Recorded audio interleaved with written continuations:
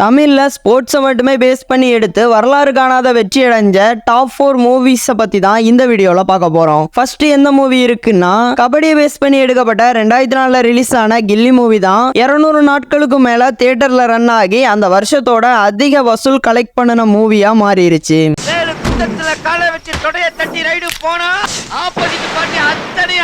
ரெண்டாவது எந்த மூவி இருக்குன்னா, ஃபுட்பாலை பேஸ் பண்ணி எடுக்கப்பட்ட பிகில் மூவி தான் 100 டேஸ்க்கு மேல தியேட்டர்ல ரன் ஆகி 300 கோடிக்கு மேல கலெக்ஷன் பண்ணின தளபதியோட ஃபர்ஸ்ட் படமும் இதுதான். எங்க ஆட்டம் வெறித்தனமா இருக்கும். மூணாவது எந்த மூவி இருக்குன்னா, கிரிக்கெட்டை பேஸ் பண்ணி எடுக்கப்பட்ட சென்னை 6,28,000 மூவி தான் 1 லட்சம் தியேட்டர்ல ரன் ஆகி மிகப்பெரிய வெற்றி படமா மாறிடுச்சு. எப்படி போட்டாலும் அடிக்கிறான்டா. நாலாவது எந்த மூவி இருக்குன்னா, மாரத்தான் ரன்னிங்கை பேஸ் பண்ணி எடுக்கப்பட்ட எதிர்நீச்சல் மூவி தான் 100 டேஸ்க்கு மேல தியேட்டர்ல ரன் ஆகி இந்த படம் மிகப்பெரிய வெற்றி படமா அமைஞ்சது. Nice name.